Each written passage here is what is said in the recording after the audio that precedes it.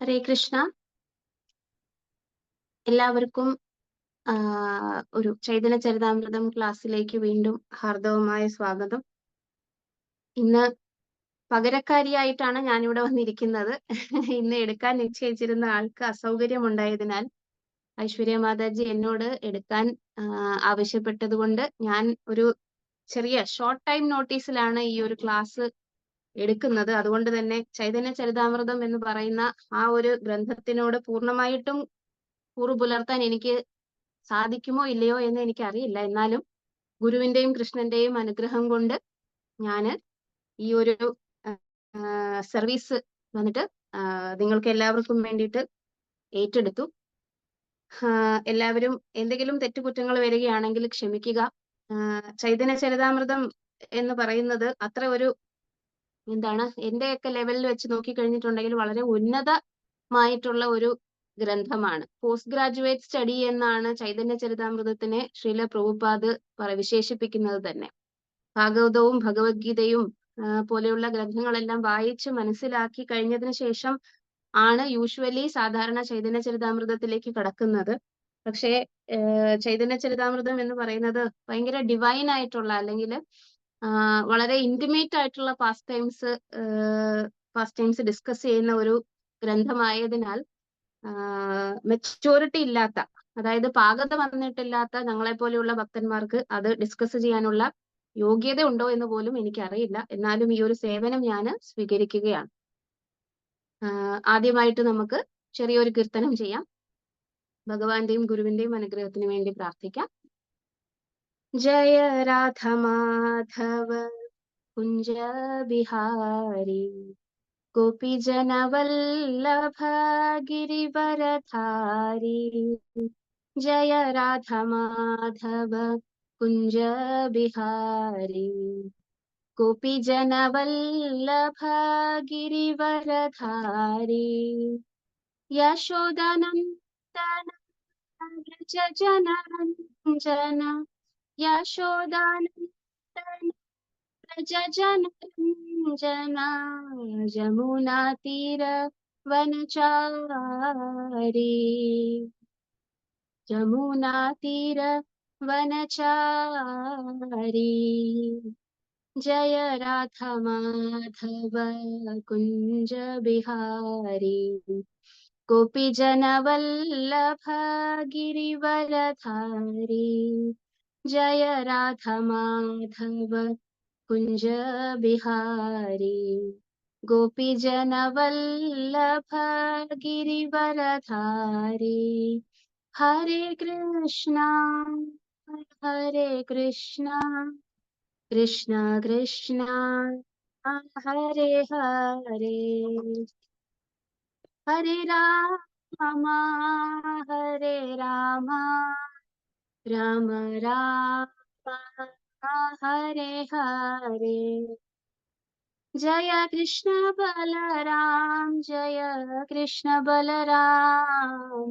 कृष्ण बलराम जय कृष्ण बलराम जय गौरनिताय जय गौरनिताय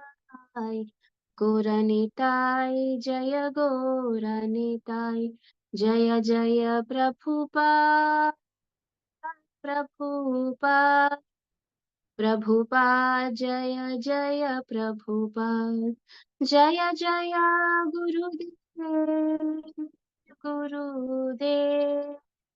गुरुदेव जय जय गुरुदेव। ओम नमो भगवते वासुदेवाय ओम नमो भगवते वासुदेवाय ओम नमो भगवते वासुदेवाय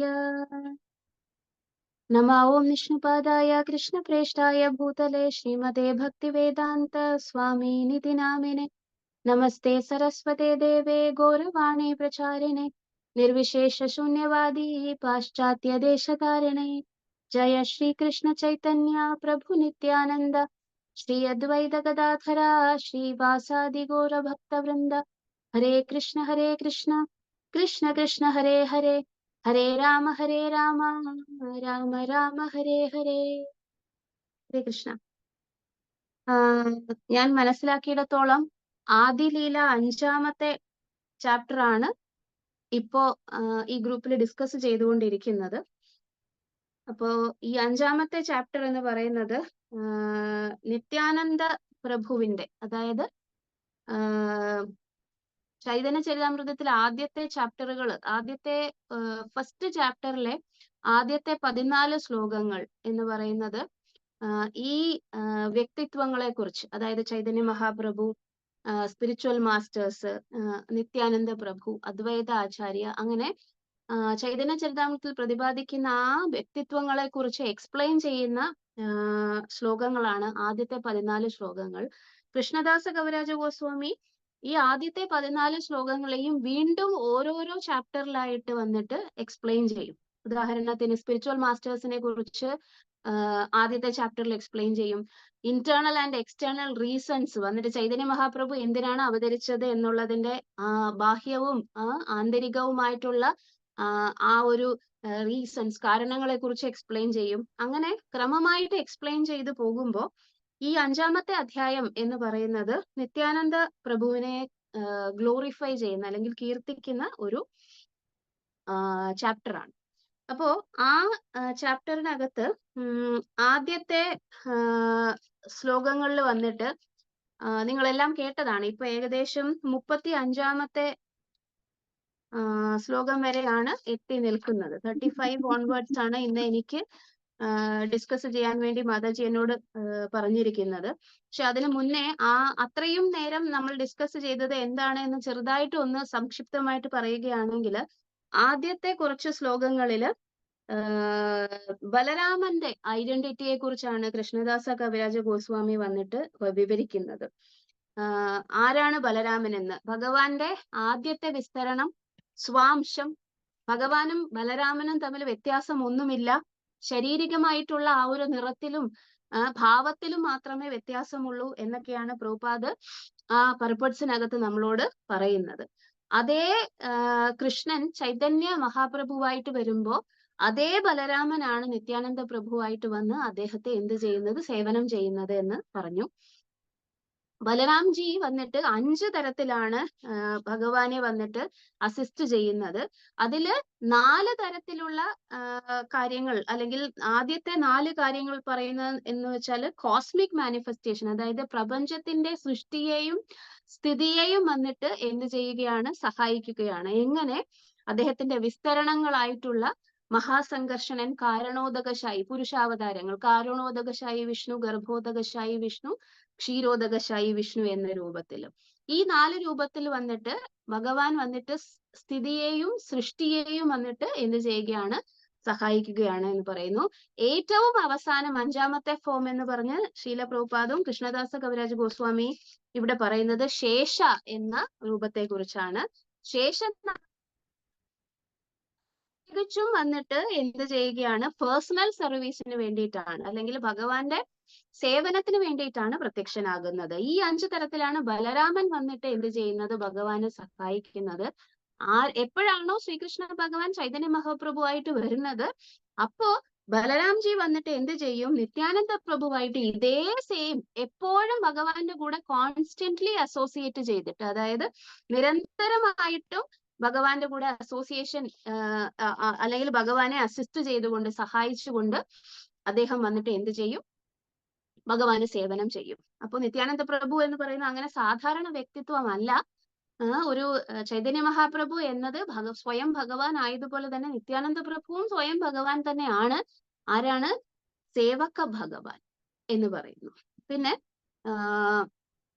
അത് കഴിഞ്ഞ് കൃഷ്ണദാസ കവിരാജ ഗോസ്വാമി ഇവിടെ ഡിസ്കസ് ചെയ്യുന്നത് എന്താണ്, പരവ്യോമത്തിന്റെ ഡിസ്ക്രിപ്ഷൻ ആണ്. അതായത് 14-ാമത്തെ മുതൽ 31-ാമത്തെ ശ്ലോകങ്ങൾ വരെ ഇവിടെ ഭഗവാന്റെ പരവ്യോമം, അതായത് സ്പിരിച്വൽ മാനിഫെസ്റ്റേഷനെ കുറിച്ചാണ് പറയുന്നത്. പരവ്യോമം എന്ന് പറഞ്ഞാൽ സ്പിരിച്വൽ സ്കൈ എന്നാണ് പ്രഭുപാദ് ട്രാൻസ്ലേറ്റ് ചെയ്യുന്നത് ഇംഗ്ലീഷിലേക്ക്.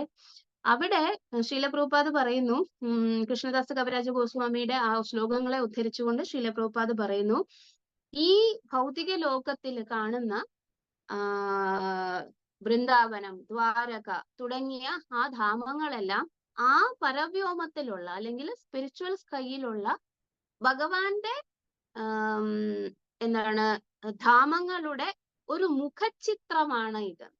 അതായത് അവിടെ ഉള്ളതിന്റെ ഒരു സെയിം റെപ്ലിക്കയാണ് ഇവിടെ ഉള്ളത് എന്നാണ് പ്രഭുപാദ് പറയുന്നത്. അവിടെ പരവ്യോമത്തിൽ പലതരത്തിലുള്ള ഗ്രഹങ്ങളുണ്ട്. അതിലെ ഏറ്റവും ടോപ്പ് മോസ്റ്റ് ആയിട്ടുള്ള ഗ്രഹം എന്ന് പറയുന്നത് കൃഷ്ണലോകമാണ് എന്ന് പറയുന്നു. കൃഷ്ണലോകം തന്നെ മൂന്നായിട്ടാണ് ഡിവൈഡ് ചെയ്തിരിക്കുന്നത് എന്ന് പറയുന്നു: മഥുര, ദ്വാരക, ഗോലോക, വൃന്ദാവനം. ഇനി അതല്ലാതെ ആധ്യാത്മിക ലോകങ്ങളിലുള്ള ആ ഗ്രഹങ്ങളുടെ പേര് വൈകുണ്ഠ ലോകങ്ങളാണ്. കൃഷ്ണലോകം, വൈകുണ്ഠലോകം. കൃഷ്ണലോകം തന്നെ മഥുര, ദ്വാരക, ഗോലോക. വൈകുണ്ഠ ലോകങ്ങളിൽ ഭഗവാൻ വന്നിട്ട് നാരായണനായിട്ടാണ് പ്രകടമാകുന്നത്. കൃഷ്ണലോകങ്ങളിൽ ഭഗവാൻ എങ്ങനെയാണ് പ്രകടമാകുന്നത്? തന്റെ ശ്യാമസുന്ദര രൂപമായിട്ടുള്ള ശ്രീകൃഷ്ണ ഭഗവാനായിട്ട് മധുരയിലാവട്ടെ, ദ്വാരകയിലാവട്ടെ, ഗോലോക വൃന്ദാവനത്തിലാവട്ടെ. ഇനി ഇതെല്ലാം വന്നിട്ട് ഈ ടോപ്പ് മോസ്റ്റ് പ്ലാനറ്റ് എല്ലാം, അതായത് കൃഷ്ണലോകം എന്ന് പറയുന്ന ടോപ്പ് മോസ്റ്റ് പ്ലാനറ്റും മറ്റ് വൈകുണ്ഠ ലോകങ്ങളും എല്ലാം സ്പിരിച്വൽ വേൾഡിലാണ്, അല്ലെങ്കിൽ ആധ്യാത്മിക പരവ്യോമത്തിലാണ്. അത് ഭഗവാൻ വന്നിട്ട് എപ്പോഴാണ് ഭൂമിയിൽ അവതരിക്കുന്നത്, അല്ലെങ്കിൽ ഭൗതിക പ്രപഞ്ചത്തിൽ അവതരിക്കുന്നത്, പല കാര്യങ്ങൾക്ക് വേണ്ടിയിട്ട് അല്ലെ? പലതരത്തിലുള്ള അവതാരങ്ങളുണ്ട്. ലീലാവതാരങ്ങൾ, ഗുണാവതാരങ്ങൾ, പുരുഷാവതാരങ്ങൾ, മന്വന്തരാവതാരങ്ങൾ, ശക്തിയാവേശാവതാരങ്ങൾ, ഇങ്ങനെ പലതരത്തിലുള്ള അവതാരങ്ങളുണ്ട്. അപ്പൊ ഭഗവാൻ അവിടെ നിന്നും, അതായത് നിഷ്പ്രപഞ്ചേ പ്രപഞ്ചോ ഹി അവതരതി ഇതി അവതാര, ആ എറ്റേണൽ ആയിട്ടുള്ള സ്ഥലത്ത് നിന്നും ഇങ്ങോട്ട് പരവ്യോമത്തിൽ നിന്നും ഭൗതിക ലോകത്തിലേക്ക് ഭഗവാൻ വന്നിട്ട് വരുമ്പോ ഭഗവാൻ അവിടെയുള്ള ആ പരവ്യോമത്തിലെ തന്നെ തന്റെ ധാമങ്ങളെ സെയിം അതേപോലെ തന്നെ ഇവിടെ കൊണ്ടുവരും. എന്തിനു വേണ്ടിയിട്ടാണ് എന്ന് ശ്രീല പ്രഭുപാദ് ചോദിക്കുന്നു. നമുക്ക് വേണ്ടിയിട്ടാണെന്ന് ഉത്തരം പറയുന്നു. പ്രഭുപാദ് പറയുന്നു, കാരണം നമ്മൾ മാംസചക്ഷുക്കളാണ്. നമുക്ക് അവിടെ ആ സ്പിരിച്വൽ വേൾഡില് ഭഗവാൻ ഇങ്ങനെയാണ്, ശ്യാമസുന്ദര രൂപനാണ്. അദ്ദേഹത്തിന്റെ കൂടെ അദ്ദേഹത്തിന്റെ മാതാപിതാക്കളായ നന്ദഗോപരും യശോദ മാതാവും ഉണ്ട്, അല്ലെങ്കിൽ ദേവകി വസുദേവന്മാരുണ്ട്, ഗോപന്മാരുണ്ട്, ഗോപിമാരുണ്ട്, അദ്ദേഹത്തിന്റെ സുരഭി പശുക്കളുണ്ട്, ലക്ഷ്മി ദേവിമാരുണ്ട്, അസോസിയേറ്റ്സ് ഉണ്ട്. ഇങ്ങനെയൊക്കെ പറഞ്ഞു കഴിഞ്ഞിട്ടുണ്ടെങ്കിൽ നമ്മൾക്ക് അതൊരു സാങ്കല്പിക ലോകം പോലെയാണ് തോന്നുന്നത്, കാരണം നമ്മൾ നേരിട്ട് കണ്ടിട്ടില്ലാത്തത് കൊണ്ട്. അപ്പൊ നമ്മളെ പോലെയുള്ള കണ്ടീഷൻഡ് ആയിട്ടുള്ള ജീവാത്മാക്കൾക്ക് വേണ്ടിയിട്ട് ഈ ഒരു എക്സ്പീരിയൻസ് നമ്മളുടെ കണ്ണിന് തരാൻ വേണ്ടിയിട്ടാണ് ഭഗവാൻ ഇവിടെ അവതരിക്കുമ്പോൾ ദ്വാരകാധാമം, എന്താണ്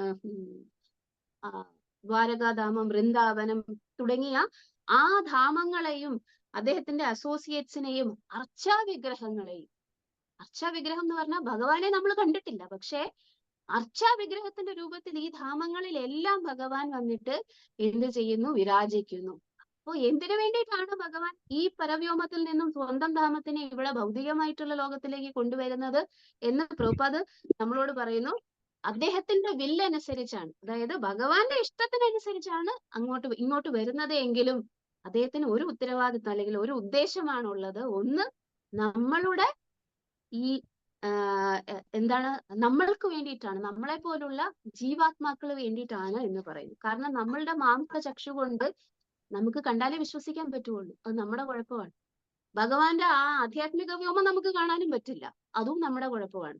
അപ്പൊ അതുകൊണ്ട് ഈ ഒരു എക്സ്പീരിയൻസ് നമുക്ക് തരാൻ വേണ്ടിയിട്ടാണ് അദ്ദേഹം ഈ പരവ്യോമത്തിന്റെ മുഖചിത്രമായിട്ട്, അവിടെ വളരെ ബ്യൂട്ടിഫുൾ ആയിട്ടുള്ള ഒരു വാക്കാണ് ഉപയോഗിക്കുന്നത്, ഫെസിമൈൽ എന്ന് പറയുന്നു. എന്താണ്? FASCIMILE. അത് അതിന്റെ അർത്ഥം മലയാളത്തിൽ മുഖചിത്രം എന്നാണ്. സെയിം അത് തന്നെ.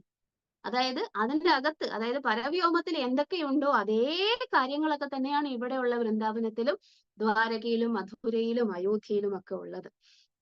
അതുകൊണ്ട് ഇവിടെ ആ ഒരു എന്താണ്, പരവ്യോമത്തിലെ പാസ്റ്റ് ടൈംസ് അല്ലെങ്കിൽ പരവ്യോമം എന്ന് പറയുന്ന അതിന്റെ റെപ്ലിക്കായ വൃന്ദാവന ധാമം, മധുര ധാമം, ദ്വാരക ധാമം എന്നത് ഒരു ഓർഡിനറി പ്ലേസ് അല്ല, ഒരു സ്പെഷ്യൽ പ്ലേസ് ആണ് എന്ന് പ്രഭുപാദ് നമുക്ക് പറഞ്ഞു തരുന്നു. പിന്നെ പ്രഭുപാദ് പറയുന്നു, പക്ഷേ നമ്മളുടെ കണ്ണുകൊണ്ട്, നമ്മളുടെ ഈ മാംസചക്ഷു കൊണ്ട് നമ്മൾ വൃന്ദാവനത്തിൽ പോയി കഴിഞ്ഞിട്ടുണ്ടെങ്കിൽ അവിടെ നമുക്ക് ഭഗവാനെ കാണാൻ പറ്റുകയില്ല. കാരണം എന്താണ്? നമ്മളുടെ ബോധം അല്ലെങ്കിൽ അവബോധം എന്ന് പറയുന്നത് ഭൗതികമായിട്ടുള്ള കാര്യങ്ങളിലാണ് വ്യാപൃതമായിരിക്കുന്നത്. അതോടൊപ്പം എന്ത് സംഭവിക്കുകയില്ല? നമ്മൾക്ക് ആധ്യാത്മികമായിട്ടുള്ള അവബോധം വന്നിട്ട് ഉണർത്തിയെടുക്കാൻ പറ്റുകയില്ല. അതുകൊണ്ട് തന്നെ ഇപ്പൊ നമ്മൾ വൃന്ദാവനത്തിൽ പോവുകയാണെങ്കിലും അവിടെയുള്ള ഓടയും വളരെ തിരക്കേറിയ സ്ഥലവും ലോയി മാർക്കറ്റും പിന്നെ ഓടി നടക്കുന്ന പന്നികളും അഴിച്ചുവിട്ടിരിക്കുന്ന പശുക്കളും ഭിക്ഷാക്കാരെയും പിന്നെ ഒക്കെ മാത്രമേ കാണാൻ പറ്റുകയുള്ളൂ.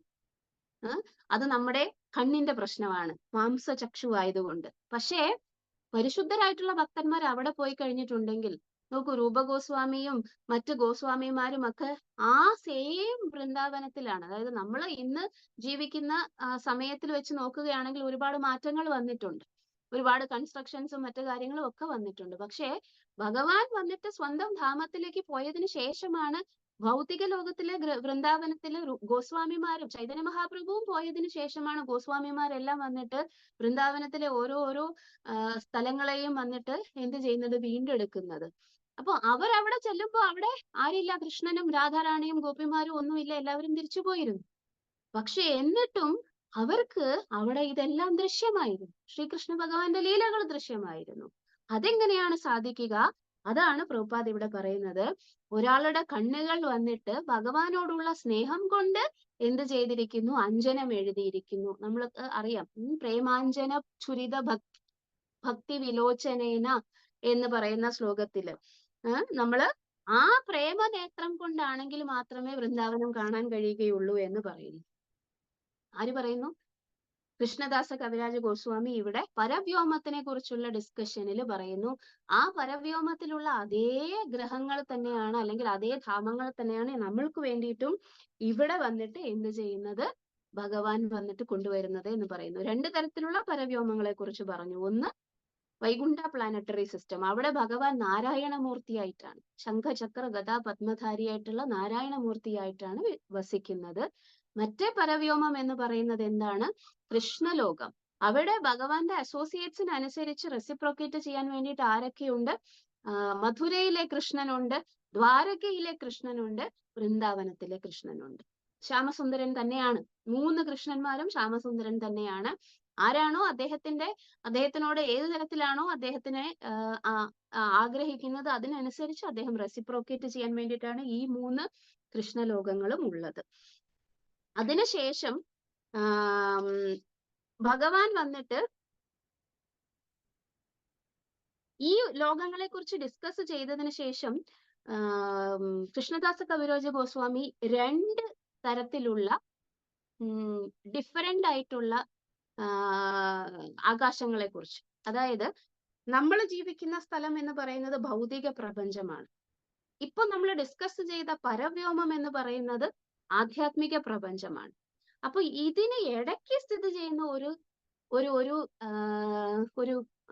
എന്താണ് സ്പേസിനെ കുറിച്ച് പറയുന്നു, ഒരു സ്ഥലത്തെ കുറിച്ച്. അതെന്താണ് എന്ന് 32ാമത്തെ ശ്ലോകം മുതലാണ് അദ്ദേഹം ഡിസ്കസ് ചെയ്യുന്നത്. എന്താണ് ഡിസ്കസ് ചെയ്യുന്നത്? സിദ്ധലോകം എന്ന്. നമ്മളിത് സിദ്ധലോകം എന്ന് കേൾക്കുമ്പോ നമ്മൾ പലപ്പോഴും ഈ ഭൗതിക പ്രപഞ്ചത്തിനകത്തുള്ള ബ്രഹ്മാവിന്റെ ലോകം മുതൽ 7 ലോകങ്ങളിൽ എന്തെങ്കിലും ഒന്നാണോ എന്ന് ശങ്കിക്കും. പക്ഷെ സിദ്ധലോകം എന്ന് പറയുന്നത് അതല്ല. സിദ്ധലോകം വൈകുണ്ഠ പ്ലാനറ്ററി സിസ്റ്റത്തിനും ഭൗതിക പ്രപഞ്ചത്തിനും ഇടയിലുള്ള സ്ഥലമാണ് എന്നാണ് ആര് പറയുന്നത്? ഇവിടെ കൃഷ്ണദാസ കവിരാജ ഗോസ്വാമി പറയുന്നത്. ഈ സിദ്ധലോകത്തിന്റെ പ്രത്യേകത എന്താണെന്ന് നിങ്ങൾക്ക് അറിയാമോ? നമ്മൾ അതിനെ ബ്രഹ്മജ്യോതി എന്ന പേരിൽ നേരത്തെ അറിയപ്പെടുന്ന ഒന്നാണ്. സിദ്ധലോകം എന്നിവിടെ പറയുന്നത് ബ്രഹ്മജ്യോതി തന്നെയാണ്. ബ്രഹ്മജ്യോതി എന്ന് പറഞ്ഞാൽ എന്തായിരിക്കാം? ശ്രീകൃഷ്ണ ഭഗവാന്റെ ശരീരത്തിൽ നിന്നും ബഹിർഗമിക്കുന്ന ആ വളരെ ഉജ്ജ്വലമായിട്ടുള്ള തേജസ്സിനെയാണ് ബ്രഹ്മജ്യോതി എന്ന് പറയുന്നത്. ബ്രഹ്മണോഹി പ്രതിഷ്ഠാഹം എന്ന് ഭഗവാൻ ഭഗവത്ഗീതയിൽ പറയുന്നുണ്ട്. ആ ഗ്ലോയിങ് എഫൾജൻസിനെയാണ് from the body of Krishna. Prabhupad ഇവിടെ എഴുതുന്നു, ഇത് ആക്ച്വലി ഒരു ബോർഡറാണ്. എന്താണ്? ഭൗതിക ലോകത്തിലാണോ? അല്ല. എന്നാൽ ആധ്യാത്മിക ലോകത്തിലാണോ? അതെ. പക്ഷെ പൂർണ്ണമായും ആധ്യാത്മിക ലോകത്തിലാണോ? അല്ല. ഈ ഒരു സ്ഥലം എന്ന് പറയുന്നത് ആർക്കാണ് പ്രാപ്യമാകുക എന്ന് പ്രഭുപാദ് ഇവിടെ പറയുന്നു. അവിടെ എത്താൻ വേണ്ടിയിട്ട് ആരാണ് ആഗ്രഹിക്കുന്നത് എന്നും ശ്രീല പ്രഭുപാദ് പറയുന്നു. അവിടെ എത്താൻ വേണ്ടിയിട്ട് ആഗ്രഹിക്കുന്ന ആൾക്കാർക്ക് ആരാണ് അവിടെ ആഗ്രഹിക്കുന്നത് അല്ലെങ്കിൽ എത്തിപ്പെടുന്നത്? പാപങ്ങളെല്ലാം ചെയ്യുന്നത് നിർത്തിയ ആൾക്കാര്. പിന്നെ ഭഗവാനെ ഈതർ എന്ന് പറഞ്ഞാൽ ഏതെങ്കിലും ഒരു വിധത്തിൽ, താഴെ പറയുന്ന ഏതെങ്കിലും ഒരു വിധത്തിൽ ഭഗവാനെ ആരാധിക്കാൻ വേണ്ടിയിട്ട് ശ്രമിക്കുന്ന ആൾക്കാർ. ഒന്ന് കാമത്തോടുകൂടി, രണ്ട് അസൂയയോടുകൂടി, മൂന്ന് ഭയത്തോടുകൂടി, നാല് സ്നേഹത്തോടുകൂടി. നമുക്ക് ആ ശ്ലോകം നോക്കാം. 35-ാമത്തെ ശ്ലോകം. ഈ പ്രല്യൂഡ് പറഞ്ഞത് എന്താണ് നമ്മൾ ഡിസ്കസ് ചെയ്യുന്നത് എന്ന് നമുക്ക് മനസ്സിലാകാൻ വേണ്ടിയിട്ടാണ്. 35-ാമത്തെ ശ്ലോകം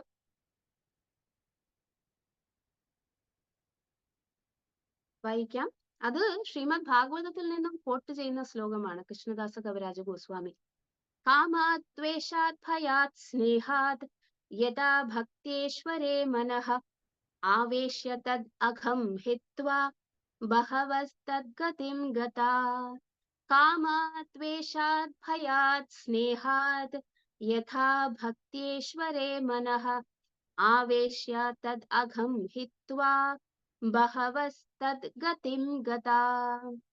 കാമാദ്വേഷാത് ഭയാത് സ്നേഹാത് യഥാ ഭക്തേശ്വരേ മനഃ ആവേശ്യ തദ് അഘം ഹിത്വാ ബഹവസ്തദ്ഗതിം ഗതാ. എന്താണ് പറയുന്നത്? കാമാത്, ഇൻഫ്ലുവൻസ്ഡ് ബൈ ലസ്റ്റി ഡിസയർ, അതായത് കാമത്തോടുകൂടി. ദ്വേഷാത്, എൻവി അല്ലെങ്കിൽ അസൂയയോടുകൂടി.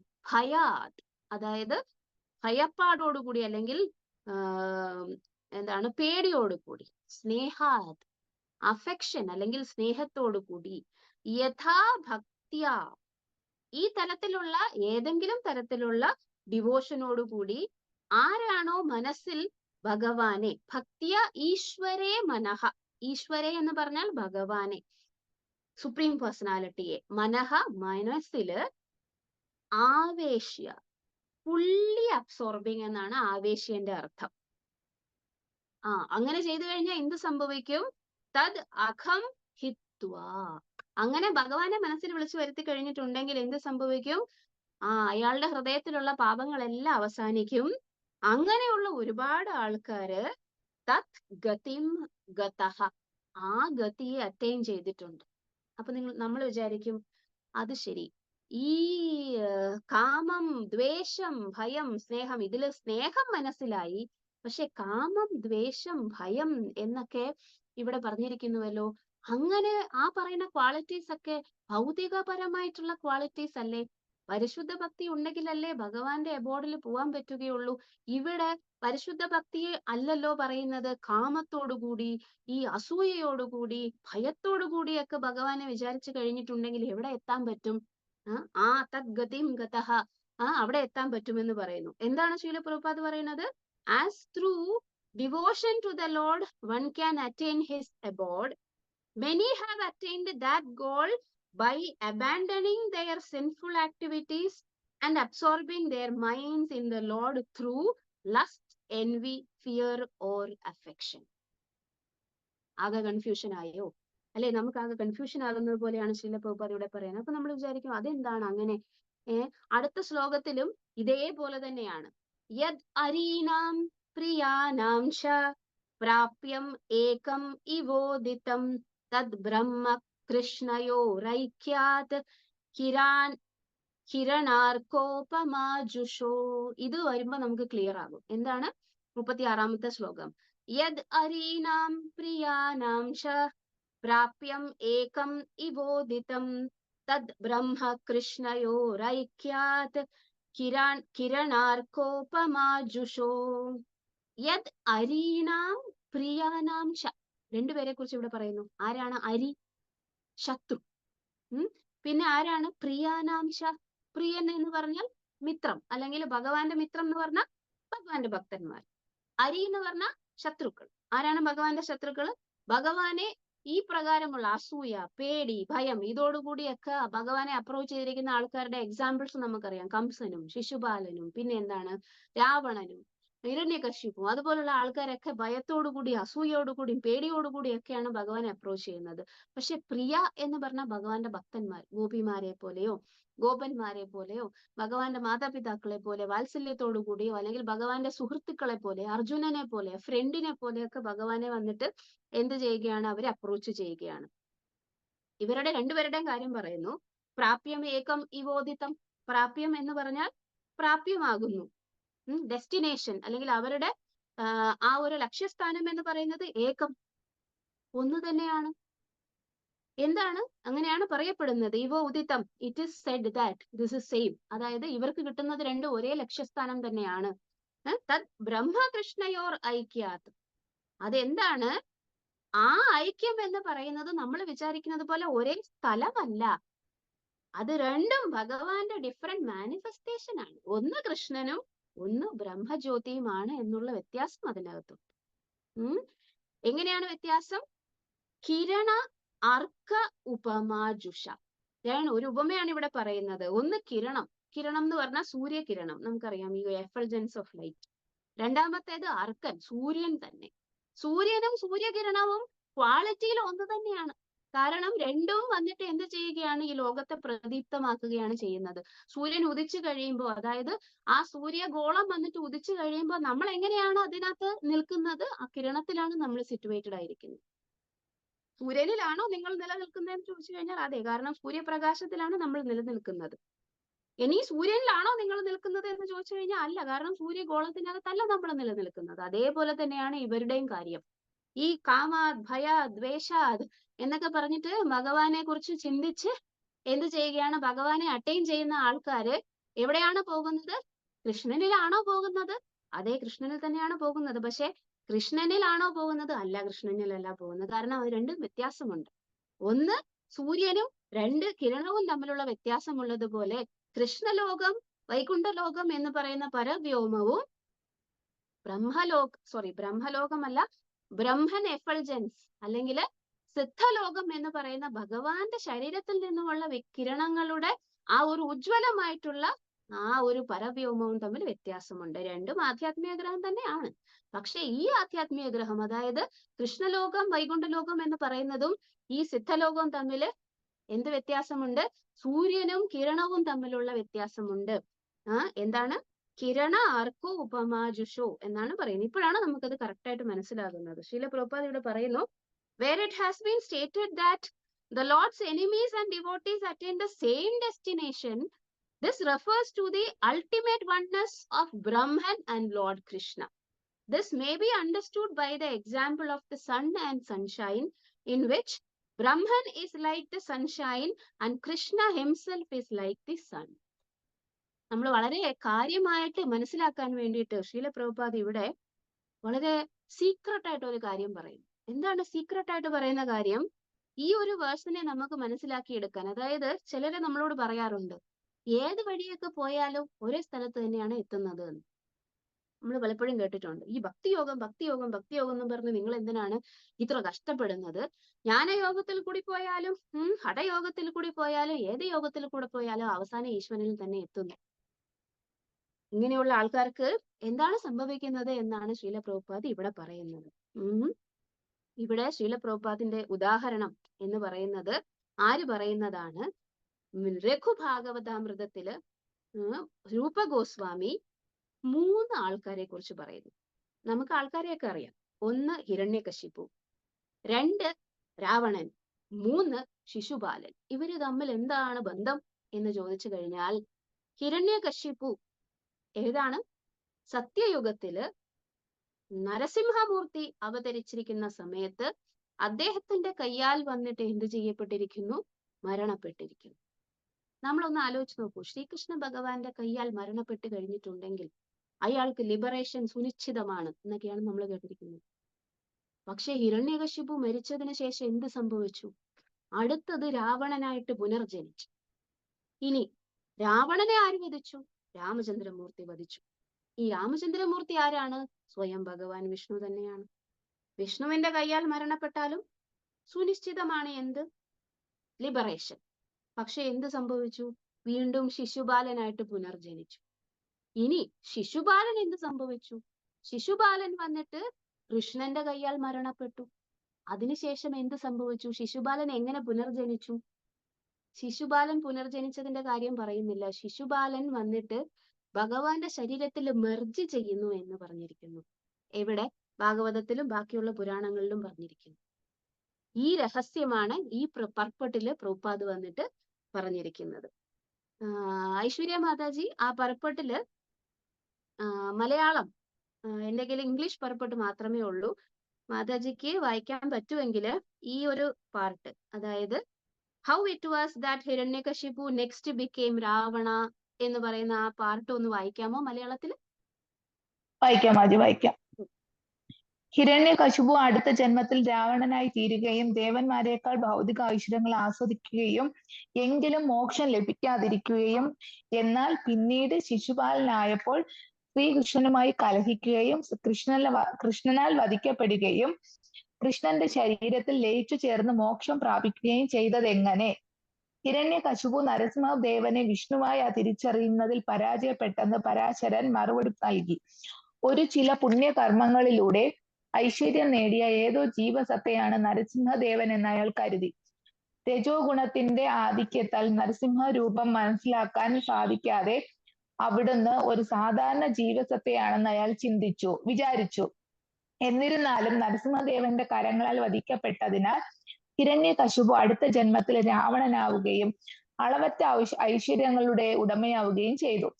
രാവണൻ എന്ന നിലയിൽ അതിരറ്റ ഭൗതികാസ്വാദന നിമിത്തം ശ്രീരാമനെ ഭഗവാനായി അംഗീകരിക്കാനും അയാൾക്ക് കഴിഞ്ഞില്ല. അതിനാൽ ശ്രീരാമനാൽ വധിക്കപ്പെട്ടെങ്കിലും അവന് സായുജ്യ മുക്തി പ്രാപിക്കാൻ കഴിഞ്ഞില്ല. രാവണ ജന്മത്തിൽ അവന് രാമന്റെ പത്നി ജാനകിയോട് അതിരറ്റ ആകർഷണം ഉണ്ടാവുകയും ആ ആകർഷണം മൂലം അവന് ഭഗവാൻ രാമനെ കാണാൻ കഴിയുകയും ചെയ്തു. പക്ഷേ ശ്രീരാമനെ വിഷ്ണുവിന്റെ അവതാരമായി സ്വീകരിക്കുന്നതിന് പകരം രാവണൻ അവിടുന്ന് ഒരു സാധാരണ ജീവസത്തയായി കരുതി. രാമന്റെ കൈകളാൽ വധിക്കപ്പെട്ട അവന് ശിശുപാലനായി ജനിക്കാനുള്ള ആനുകൂല്യം ലഭിക്കുകയും അളവറ്റ ഐശ്വര്യങ്ങൾ ഉണ്ടായിരുന്ന ശിശുപാലൻ താൻ കൃഷ്ണനോട് മത്സരിക്കാൻ സമർത്ഥനായ എതിരാളിയാണെന്ന് സ്വയം ചിന്തിക്കുകയും ചെയ്തു. ശിശുപാലന് കൃഷ്ണനോട് എല്ലായ്പ്പോഴും ശത്രുതയുണ്ടായിരുന്നെങ്കിലും അവൻ സദാ കൃഷ്ണന്റെ നാമം ഉച്ചരിക്കുകയും കൃഷ്ണന്റെ സുന്ദരമായ സവിശേഷതകളെ പറ്റി ആലോചിക്കുകയും ചെയ്തുകൊണ്ടിരുന്നു.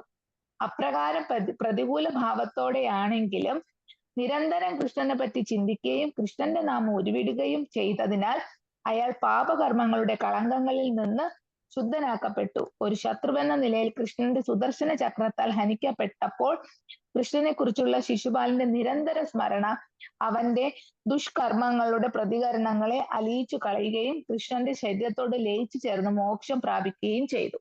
മതി മാതാജി, താങ്ക് യു മാതാജി. ഹരേ കൃഷ്ണ.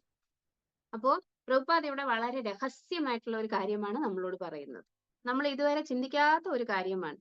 എന്താണ് നമ്മൾ പറഞ്ഞത്? ഭഗവാൻ വന്നിട്ട് ഈ സിദ്ധലോകം എന്ന് പറയുന്ന സ്ഥലത്ത് പോകാൻ വേണ്ടിയിട്ട് ഭയാദ്വേഷ കാമാത് എങ്ങനെയെങ്കിലും ഭഗവാനോട് ഒരു എന്താണ് അറ്റാച്ച്മെന്റ് മതി എന്നാണ് പറയുന്നത്. അങ്ങനെയാണെങ്കിലും എവിടെയാണ് അറ്റൈൻ ചെയ്യുന്നത്? സിദ്ധലോകമാണ് പ്രാപിക്കുന്നത് എന്ന് പറഞ്ഞു. പിന്നെ എന്തുകൊണ്ട് ഹിരണ്യകശിപുവിനോ രാവണനോ സിദ്ധലോകത്തില് അല്ലെങ്കിൽ ബ്രഹ്മജ്യോതിയിൽ എത്തിപ്പെടാൻ സാധിച്ചില്ല എന്നത് ഇതിനകത്ത് പറയുന്നു. കാരണം ഈ പറയുന്ന ആൾക്കാരും ഭഗവാനായിട്ട് തന്നെ മനസ്സിലാക്കണം. ഹിരണ്യകശിപു നരസിംഹമൂർത്തി അവതരിച്ചപ്പോ അത് വിഷ്ണു ആണെന്നല്ല മനസ്സിലാക്കിയത്, അത് ഏതോ ഒരു ലിവിങ് എൻറ്റിറ്റി, ഒരു എംപവേർഡ് ആയിട്ടുള്ള ഒരു ജീവനാണ് അല്ലെങ്കിൽ ഒരു ജീവിയാണെന്ന് മാത്രം മനസ്സിലാക്കി. അതുകൊണ്ട് തന്നെ അദ്ദേഹത്തിന് എന്ത് കിട്ടിയില്ല? ലിബറേഷൻ കിട്ടിയില്ല. രണ്ടാമത് രാവണനായിട്ട് വന്നു. രാമൻ വിഷ്ണു ആണ് എന്ന് രാവണൻ മനസ്സിലാക്കിയില്ല. രാമൻ തനിക്ക് പറ്റിയ എതിരാളിയാണ്, ഒരു സാധാരണ മനുഷ്യനാണ് എന്ന് മാത്രം രാവണൻ മനസ്സിലാക്കി. രാവണനും ലിബറേഷൻ കിട്ടിയില്ല. അവസാനം ശിശുപാലനായിട്ട് വന്നപ്പോ ശിശുപാലൻ എന്ത് സംഭവിച്ചു? സ്വയം കൃഷ്ണനാണ് തന്റെ മുന്നിൽ നിൽക്കുന്നത് എന്നും കൃഷ്ണൻ എന്ന് പറയുന്നത് പലരും പറഞ്ഞു. കൃഷ്ണൻ ജീവിച്ചിരിക്കുന്ന സമയത്ത് പലരും വന്നിട്ട്, അതായത് ഭീഷ്മദേവൻ ഉൾപ്പെടെ പലരും, കുന്തിദേവി ഉൾപ്പെടെ പലരും അർജുനനും പറഞ്ഞു ആരാണ്? സ്വയം നാരായണനാണ് കൃഷ്ണൻ എന്ന് പറഞ്ഞിട്ടുണ്ട്. അങ്ങനെ സ്ഥിരം കൃഷ്ണനെ കുറിച്ച് എൻവിയസ് ആയിട്ട് ചിന്തിച്ചിട്ട് കൂടി ഭഗവാന്റെ രൂപവും നാമവും കൊണ്ട് എന്ത് സംഭവിച്ചിരിക്കുന്നു? ശിശുപാലന്റെ പാപം എല്ലാം തീർന്നിരിക്കുന്നു എന്നാണ് പറയുന്നത്. ഇവിടെ ഭഗവാൻ എന്ന് പറയുന്നത് സൂര്യനെ പോലെയാണ്. നിങ്ങൾക്കറിയാം നമ്മൾ എന്തൊക്കെ ചീത്തയായിട്ടുള്ള പദാർത്ഥങ്ങളും വെയിലത്ത് വെച്ച് കഴിഞ്ഞിട്ടുണ്ടെങ്കിൽ അതെല്ലാം വന്നിട്ട് കുറച്ച് ദിവസങ്ങൾക്കുള്ളിൽ ശുദ്ധമാക്കപ്പെടും. അതിനകത്ത് ഇപ്പൊ നമ്മള് മൂത്രമോ മലമോ ഒക്കെ എന്ത് ചെയ്താൽ തുറസായ ഒരു സ്ഥലത്ത് നല്ല വെയിലടിക്കുന്ന സ്ഥലത്ത് വെച്ചാലും ആ ദുർഗന്ധവും അതിനകത്തുണ്ടായിരുന്ന ആ ഒരു അഴുക്കായിട്ടുള്ള വസ്തുക്കളും എല്ലാം സൂര്യൻ എന്ത് ചെയ്യും? അതിന്റെ പ്രകാശം കൊണ്ട് അതിനെ എല്ലാം ശുദ്ധീകരിക്കും. പിന്നെ അതുകൊണ്ട് ഇൻഫെക്ഷനോ മറ്റു കാര്യങ്ങളോ ഒന്നും വരികയില്ല. ഇതേപോലെ ശിശുപാലനെ പോലെയുള്ള എൻവിയസ് ആയിട്ടുള്ള അല്ലെങ്കിൽ അസൂയാലുക്കളായിട്ടുള്ള വ്യക്തികൾ തന്നെ ഭഗവാനെ കുറിച്ച് സ്ഥിരമായിട്ട് വിചാരിച്ചു കൊണ്ടിരുന്നു കഴിഞ്ഞിട്ടുണ്ടെങ്കിൽ എന്ത് സംഭവിക്കും? അവരുടെ ഹൃദയത്തിലുള്ള ആ തെറ്റായ പ്രവണതകളെല്ലാം വന്നിട്ട് അവസാനം എന്ത് സംഭവിക്കും? ഭഗവാന്റെ പ്രഭാവം കൊണ്ടിട്ട് സൂര്യൻ ഈ കളങ്കിതമായിട്ടുള്ള വസ്തുക്കളിൽ നിന്നും കളങ്കത്തെ മാറ്റുന്നത് പോലെ ശിശുപാലനെ അവസാനം എന്ത് ചെയ്തിരിക്കുന്നു? പ്യൂരിഫൈ ചെയ്തിരിക്കുന്നു. എന്നിട്ട് ശിശുപാലൻ എവിടെയാണ് പ്രവേശനം കിട്ടിയത്? ഈ സിദ്ധലോകത്തിലാണ്. ശിശുപാലനെ തിരികെ ഭഗവാൻ വൈകുണ്ഠ ആധ്യാത്മിക ലോകങ്ങളിൽ കൊണ്ടുപോയി എന്ന് പ്രഭുപാദ് പറയുന്നില്ല. അത് നമ്മൾ പ്രത്യേകം ഓർക്കേണ്ട കാര്യമാണ്. ആനുകൂല്യേന കൃഷ്ണാനുശീലനം ചെയ്താൽ മാത്രമേ എവിടെ പോകാൻ പറ്റുകയുള്ളൂ? ഭഗവാന്റെ അടുത്ത് പോകാൻ പറ്റുകയുള്ളൂ. ശിശുപാലന്റെ പ്രിവിലേജ് എന്താണ്? ശിശുപാലന് ഭഗവാനെ കാണാനും പറ്റി, ഭഗവാനെ കോമ്പറ്റീറ്റർ ആയിട്ട് മനസ്സിലാക്കാൻ പറ്റി. അഥവാ അത് വിഷ്ണു ആണെങ്കിൽ തന്നെ എന്താണ്? ആ envy-യോട് കൂടിയാണ് വിഷ്ണുവിനെ അല്ലെങ്കിൽ കൃഷ്ണനെ എന്ത് ചെയ്തിരിക്കുന്നത്? ശിശുപാലൻ വന്നിട്ട് നേരിട്ടിരിക്കുന്നത്. അതുകൊണ്ട് തന്നെ ശിശുപാലൻ എന്ത് സംഭവിച്ചു? ശിശുപാലനെ വധിക്കുന്ന സമയത്ത് ശിശുപാലന് കൃഷ്ണലോകത്തിലല്ല പ്രവേശനം കിട്ടിയത്, കൃഷ്ണന്റെ ശരീരത്തിലാണ്. അതിൽ പോയി ലയിച്ചു ചേർന്നു എന്നാണ് പറയുന്നത്. നമ്മള് സാധാരണ മായാവാദികളും ശൂന്യവാദികളും ഒക്കെ പറയുന്നത് പോലെ ഭഗവാന് രൂപമില്ല, ഭഗവാന് വന്നിട്ട് എവിടെയാണ്? ഭഗവാൻ വന്നിട്ട് ഒരു ശക്തി മാത്രമാണ്, അല്ലെങ്കിൽ ഭഗവാൻ ഒരു ലൈറ്റ് മാത്രമാണ് എന്നൊക്കെ പലരും പറയും. മായാവാദികൾ പറയും ഭഗവാന്റെ ഈ രൂപം എന്നൊക്കെ പറയുന്നത് താൽക്കാലികമാണ്. ആ എന്താണ് ബ്രഹ്മജ്യോതിയിലേക്ക് അല്ലെങ്കിൽ ബ്രഹ്മൻ എഫൾജൻസ് എന്ന് പറയുന്ന സ്ഥലത്തേക്ക് പോകാനുള്ള ചവിട്ടുപടി മാത്രമാണ് എന്നൊക്കെയാണ് മായാവാദികൾ പറയുന്നത്. നോക്കൂ, ഈ പറയുന്ന മായാവാദികൾക്കും ഇംപേഴ്സണലിസ്റ്റുകൾക്കും എല്ലാം എവിടെയാണ് പ്രവേശനം? ഈ സിദ്ധലോകത്തിലാണ് പ്രവേശനം. പക്ഷേ ഭഗവാനെ പരിശുദ്ധ ഭക്തിയോടുകൂടി ആരാധിക്കുന്ന ആൾക്കാർക്ക് ഈ സ്ഥലമാണെങ്കിൽ എന്താണ് ആ ഭക്തന്മാർക്കും ആ നിരീശ്വരവാദികൾക്കും മായാവാദികൾക്കും ഡീമൺസിനും ഭഗവാനാൽ കൊല്ലപ്പെടുന്ന ഡീമൺസിനും തമ്മിലുള്ള വ്യത്യാസം? അങ്ങനെ ഒരു എന്താണ്? അങ്ങനെ ഒരു വേർതിരിവില്ലാത്ത ആളാണോ ഭഗവാൻ? അല്ല. ഭഗവാന് വേർതിരിവുണ്ട്. എന്താണ്? ഭഗവാൻ സ്വന്തം ഭക്തന്മാർക്ക് വേണ്ടിയിട്ട് ഏറ്റവും ടോപ്പ് മോസ്റ്റ് ആയിട്ടുള്ള ഒരു സ്ഥലമാണ് കണ്ടുവച്ചിരിക്കുന്നത്. പ്രേമാനഞ്ജന ഛുരിത ഭക്തി വിലോചനേന എന്ന തരത്തിൽ ഭഗവാനെ ആനുകൂല്യേന കൃഷ്ണാനുശീലനം ചെയ്യുന്ന ആൾക്കാർക്ക് ഈ പറയുന്ന സിദ്ധലോകം എന്ന് പറയുന്ന ആ ഒരു താൽക്കാലികമായിട്ടുള്ള ഒരു പൊസിഷനേ അല്ല. എന്താണ്? നമ്മൾ കേട്ടിട്ടുണ്ടല്ലേ, സുഖദേവ ഗോസ്വാമിയെ തിരിച്ചു വിളിക്കാൻ വേണ്ടിയിട്ട് വ്യാസദേവൻ ശ്രീമദ് ഭാഗവതത്തിൽ നിന്ന് ഒരു ശ്ലോകം ജപിച്ചു. അഹോബകീയം സ്തനകാലകൂട്ടം എന്ന് പറയുന്ന ആ ശ്ലോകത്തില് ശ്രീകൃഷ്ണ ഭഗവാന്റെ മേഴ്സിയെ കുറിച്ചാണ് പറയുന്നത്. പൂതന എന്ന് പറയുന്ന രാക്ഷസി ബക്കി അഹോബകീയം സ്തനകാലകൂട്ടം തന്റെ മാറിടത്തില് കാളകൂട വിഷവും കൊണ്ടുവന്ന് ഭഗവാനെ എന്ത് ചെയ്തു? കൊല്ലാൻ വേണ്ടി ശ്രമിച്ചു. എന്നിട്ടും എന്താണ് സംഭവിച്ചത്? ധാത്രിയുടെ ഒരു പൊസിഷനാണ് അവൾക്ക് കൊടുത്തത് ഭഗവാൻ. പിന്നെ കിംവാ ദയാലും എന്താണ് പരമം വ്രജേമ, അതായത് എന്ത് ദയാലുവായിട്ടുള്ള വ്യക്തിയാണ് ഭഗവാൻ. അങ്ങനെ ഒരാൾക്ക് ധാത്രിയുടെ ഒരു പൊസിഷൻ കൊടുത്തെങ്കിൽ അദ്ദേഹത്തെ സ്നേഹത്തോടു കൂടി, പൂതനാമോക്ഷത്തിന്റെ അകത്ത് ചോദിക്കുന്നുണ്ട്, അങ്ങനെയാണെങ്കിൽ ഭഗവാനെ സ്നേഹത്തോടു കൂടി ആരാധിക്കുന്ന വ്യക്തികൾക്ക് എന്തായിരിക്കും ഭഗവാൻ നൽകുക എന്ന് വ്യത്യാസമുണ്ട് എന്നതാണ് നമ്മൾ മനസ്സിലാക്കേണ്ടത്. ഭഗവാൻ വന്നിട്ട് യേ യഥാമാം പ്രപത്യന്തേ താം തദൈവ ഭജാമ്യഹം, എന്നെ എങ്ങനെയാണോ ആൾക്കാർ അപ്രോച്ച് ചെയ്യുന്നത് അതിനനുസരിച്ച് ഞാൻ അവർക്ക് റെസിപ്രോക്കേറ്റ് ചെയ്യുമെന്നാണ് ആര് പറയുന്നത്? ഭഗവാൻ പറയുന്നത്. ഇതിൽ പറയുന്ന ഈ മുക്തി എന്ന് പറയുന്നത് ഭക്തന്മാർ ഒരിക്കലും ആഗ്രഹിക്കാത്ത മുക്തിയാണ്. എന്ത് മുക്തിയാണിത്? കൈവല്യം അല്ലെങ്കിൽ സായുജ്യം. ഇത് മുക്തിയായിട്ടേ കണക്കാക്കുന്നില്ല ആര്? പരിശുദ്ധ ഭക്തന്മാര്. അവർക്ക് മുക്തി എന്ന് പറഞ്ഞാൽ സാരൂപ്യ, സാലോക്യ, സാഷ്ടി, സാമീപ്യ, ഈ 4 തരത്തിലുള്ള കാര്യങ്ങൾ മാത്രമേ അക്സെപ്റ്റബിൾ ഉള്ളൂ. അഞ്ചാമത്തെ മുക്തി എന്ന് പറയുന്നത്, സായുജ്യ മുക്തി എന്ന് പറയുന്നത് അവർക്ക് താല്പര്യമേ ഇല്ല. കൈവല്യം നരകായതേ. കൈവല്യം എന്ന് പറയുന്നത് ഹെല്ലിഷ് ആണ്, നരകം പോലെയാണ്. കാരണം എന്താണ്, അവിടെ വെറൈറ്റി ഇല്ല, അവിടെ എന്ത് ചെയ്യാൻ പറ്റില്ല, ഭഗവാനെ സേവിക്കാൻ പറ്റിയില്ല. വെറുതെ അവിടെ പോയിരുന്നിട്ട് എന്ത് കാര്യം? ഒരു കാര്യവുമില്ല. കാരണം മടുത്തു പോകും, ബോറടിച്ചു പോകും. അത് കഴിഞ്ഞ് വീണ്ടും തിരിച്ചു വരേണ്ടി വരും. അതും ഭാഗവതത്തിൽ പറയുന്നുണ്ട്. എന്താണ് പറയുന്നത്? ഭാഗവതത്തിലല്ല, ഇത് കൈവല്യം നരകായത്തെ എന്ന് പറയുന്നത് ഒരു ആചാര്യൻ പറയുന്നതാണ്. പ്രബോധാനന്ദ സരസ്വതി കേട്ടിട്ടുണ്ട്, നമ്മൾ ചൈതന്യ ചരിതാമൃതത്തിൽ തന്നെ കേൾക്കും. കൈവല്യം നരകായത്തെ ത്രിദശപൂർ ആകാശ പുഷ്പായത്തെ.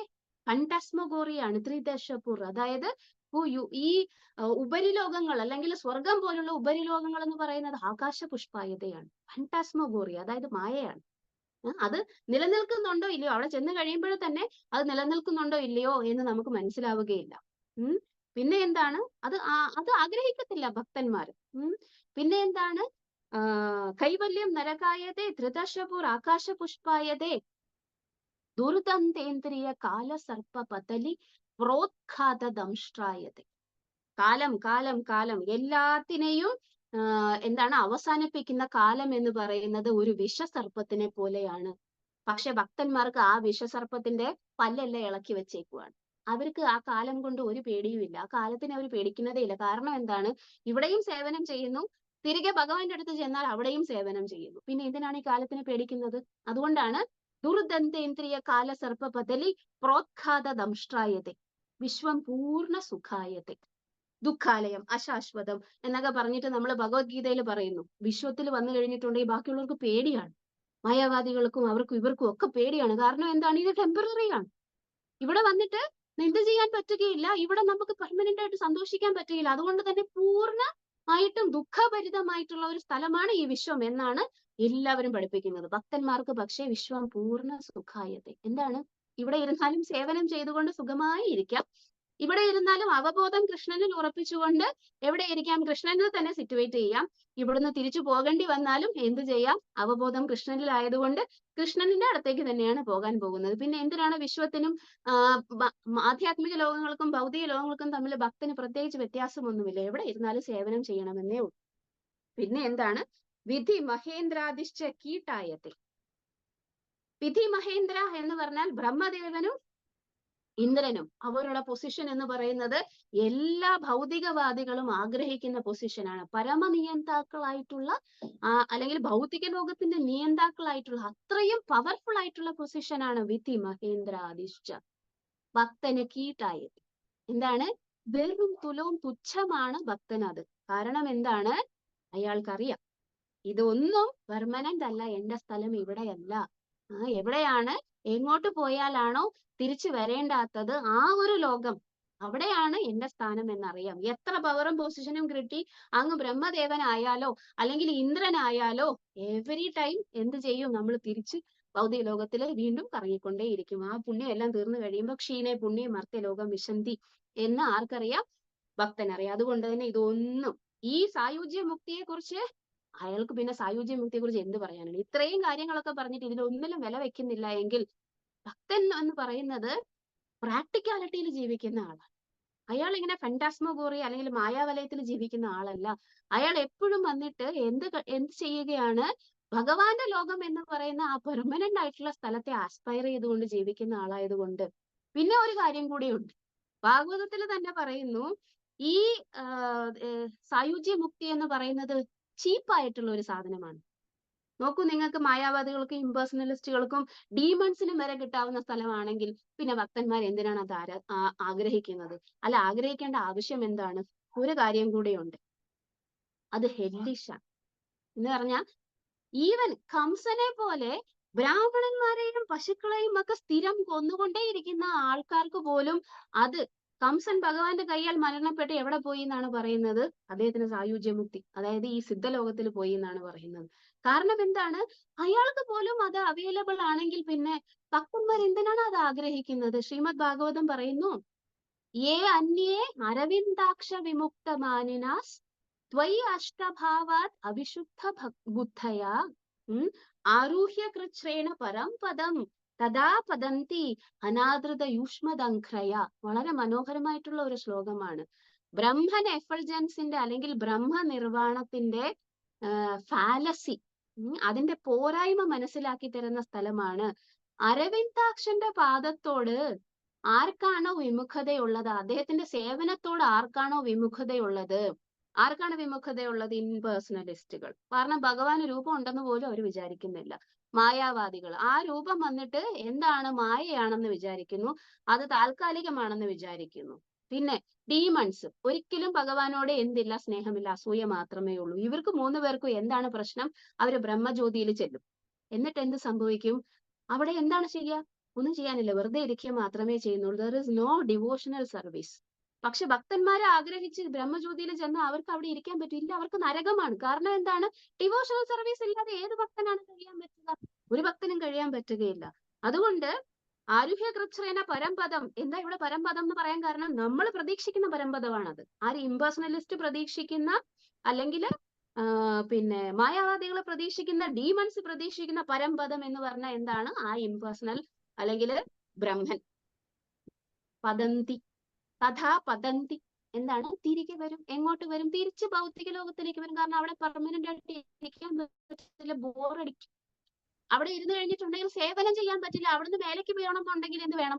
ഇവിടെ നിന്ന് മേലേക്ക് പോകണമെന്നുണ്ടെങ്കിൽ സേവനം ചെയ്താലേ പോകാൻ പറ്റുള്ളൂ. ഇവിടെ വൈകുണ്ഠ ലോകത്തിലും കൃഷ്ണലോകത്തിലും ഒക്കെ ആരാ ഉള്ളത്? ഭഗവാന്റെ സേവകന്മാരും ഭഗവാനെ സ്നേഹിക്കുന്ന ആൾക്കാരുമാ ഉള്ളത്. ഈ നിരീശ്വരവാദികളോ മായാവാദികളോ ഡീമൺസിനോ ഭഗവാനെ സ്നേഹിക്കാനോ സേവിക്കാനോ പറ്റുമോ? ഇല്ല. അതുകൊണ്ട് തന്നെ അവർക്ക് അവിടെ നിന്നും മേലെ ഉയർന്ന് ആ പരവ്യോമത്തിൽ പോകാൻ പറ്റുമോ? ഇല്ല. കാരണം അവരുടെ സ്വഭാവം അതല്ല. പിന്നെ എന്ത് ചെയ്യും? അവിടെ തന്നെ ഇരിക്കാൻ പറ്റുമോ? ഇല്ല. അതും തഥാ പതന്തി എന്ന് ശ്രീമദ് ഭാഗവതം ഇത് പറയുന്നു. ആരുഹ്യ കൃച്ഛ്രേണ പരംപദം തഥാ പതന്തി അധോ, താഴേക്ക്. എവിടേക്ക്? കർമ്മഭൂമിയായിട്ടുള്ള ക്ഷീണേ പുണ്യേ മർത്യലോകം വിശന്തി. തിരിച്ച് ഇവിടെ തന്നെ വരേണ്ടി വരും. അക്കോർഡിംഗ് ടു ദം അത് പരംപദമാണെങ്കിലും തിരിച്ചു വരേണ്ടി വരും. പക്ഷേ ഭക്തന്മാരെ എന്തിനാണ് വെറുതെ അവിടെ പോയിരിക്കണമെന്ന് ആഗ്രഹിക്കുന്നത്? അവർ ഒരിക്കലും ആഗ്രഹിക്കുകയില്ല. അതുകൊണ്ടാണ് അവർ കൈവല്യം നരകായതേ എന്ന് പറയുന്നത്. നമ്മള് ബ്രഹ്മൻ എഫൾജൻസിൽ പോയി മെർജ് ചെയ്യാൻ വേണ്ടിയിട്ട് ശ്രമിച്ചുകൂടാ. ഇവിടെ ഇതിന്റെ ക്ലാസിന്റെ അവസാനം നമ്മള് ഇവിടെ ഏറ്റവും അവസാനം ശ്രീല പ്രഭുപാദ് ഒരു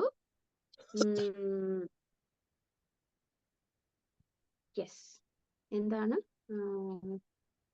aspiring to merge into Brahman effulgence is as abominable as demons. എന്താണ്? Devotees are superior. ഭക്തന്മാർക്ക് ഭഗവാൻ വന്നിട്ട് ഈ ഡീമണിനെ പോലെ ആണോ? അല്ല. ഭക്തന്മാരുടെ ഹൃദയത്തിലാണ് ഭഗവാൻ ഇരിക്കുന്നത്.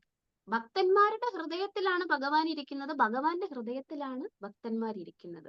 അതുകൊണ്ട് തന്നെ ഇവർക്ക് കൊടുക്കുന്ന ഡെസ്റ്റിനേഷൻ ഉറപ്പായിട്ടും കോമൺ സെൻസ് വെച്ച് ചിന്തിച്ചാലും ഭഗവാൻ അവർക്ക് കൊടുക്കാൻ സാധ്യതയില്ല.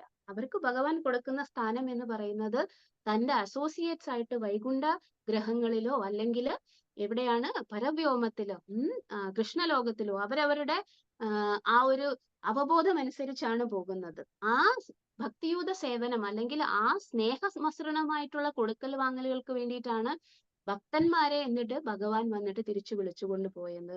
അതുകൊണ്ട് തന്നെ ഈ സിദ്ധലോകത്തിനെ കുറിച്ചുള്ള ഡിസ്കഷനിൽ പ്രഭുപാദ് പറയുന്നു, ബ്രഹ്മൻ എഫൾജൻസ് അവിടെ ഇരുന്നാലും ആനന്ദമില്ല എന്നല്ല പറയുന്നത്. അവിടെ ആനന്ദമുണ്ട്. എന്ത് ആനന്ദം? ബ്രഹ്മാനന്ദം.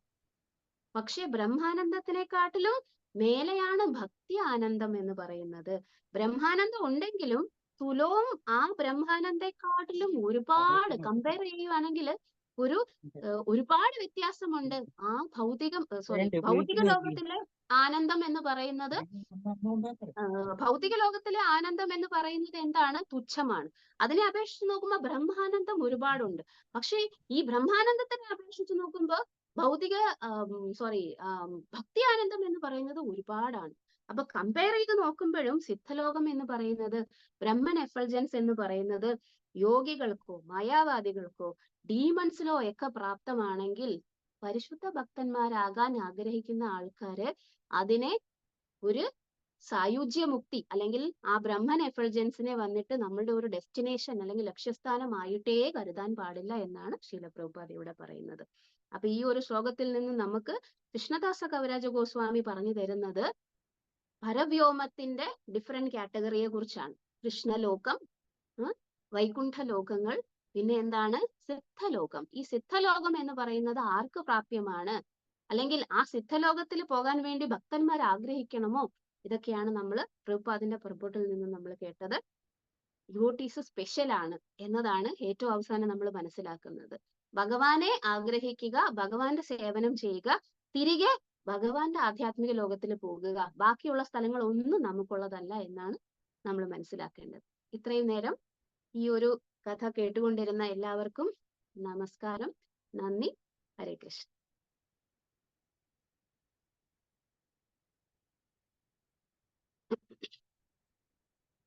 ഈശ്വര്യ മാതാജി.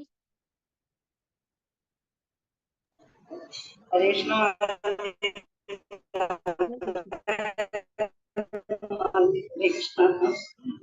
പറഞ്ഞില്ല. ഹരേ കൃഷ്ണ. കൃഷ്ണപ്രിയ. ആ മാതാജി. ഹരേ കൃഷ്ണ മാതാജി.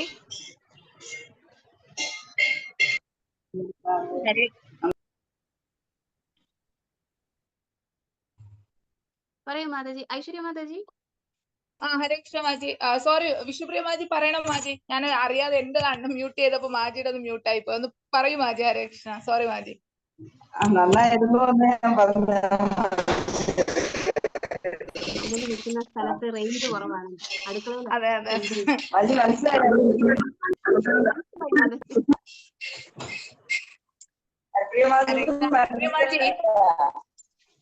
വിഷ്ണുപ്രിയ മാജിക്ക് റേഞ്ച് ഇല്ല. ഹരിപ്രിയ മാജി. മാജി നമ്മളെ വിഷ്ണുപ്രിയ മാജി അതാ, അത് മനസ്സിലായോ എന്നാ ചോദിക്കുന്നേ. മനസ്സിലായി. ഹരേ കൃഷ്ണ. ഹരേ കൃഷ്ണ. മാതാജി എപ്പോഴും രാമായണം എടുത്തിട്ട് ഇന്ന് ചൈതന്യ ചരിതാമൃതം എടുത്തപ്പോഴും അതില് രാമൻ വന്നു.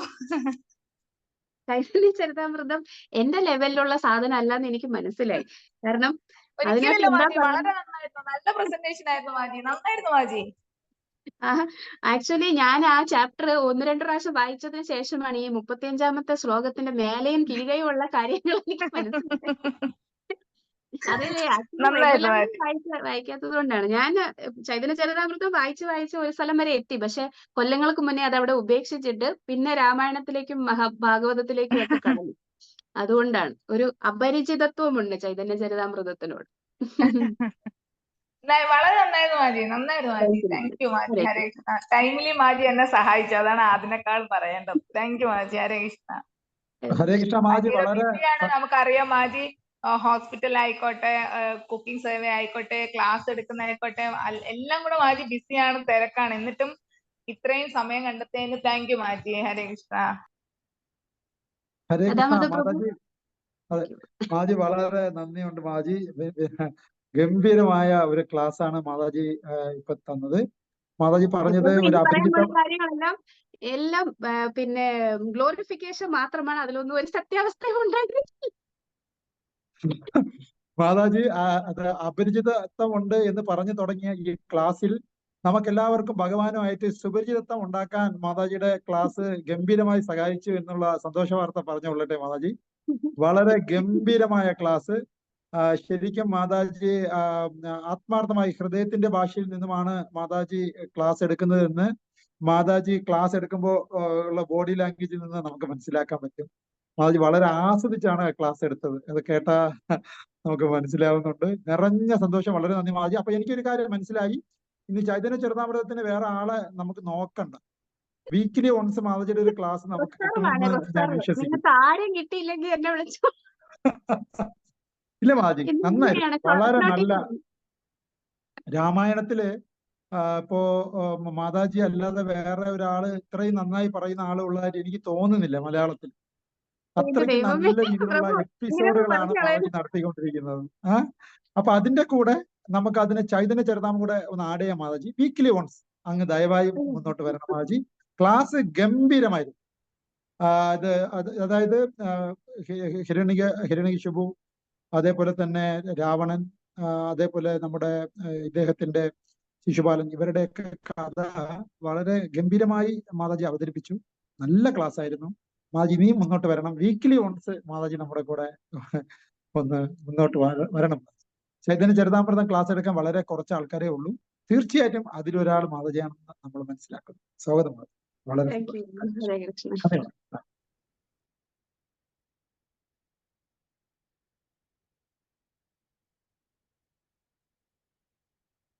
ഓക്കെ മാജി, ക്ലോസ് ചെയ്യട്ടെ? ശരി മാതാജി. ഹരേ കൃഷ്ണ. Thank you Maji. ഹരേ കൃഷ്ണ.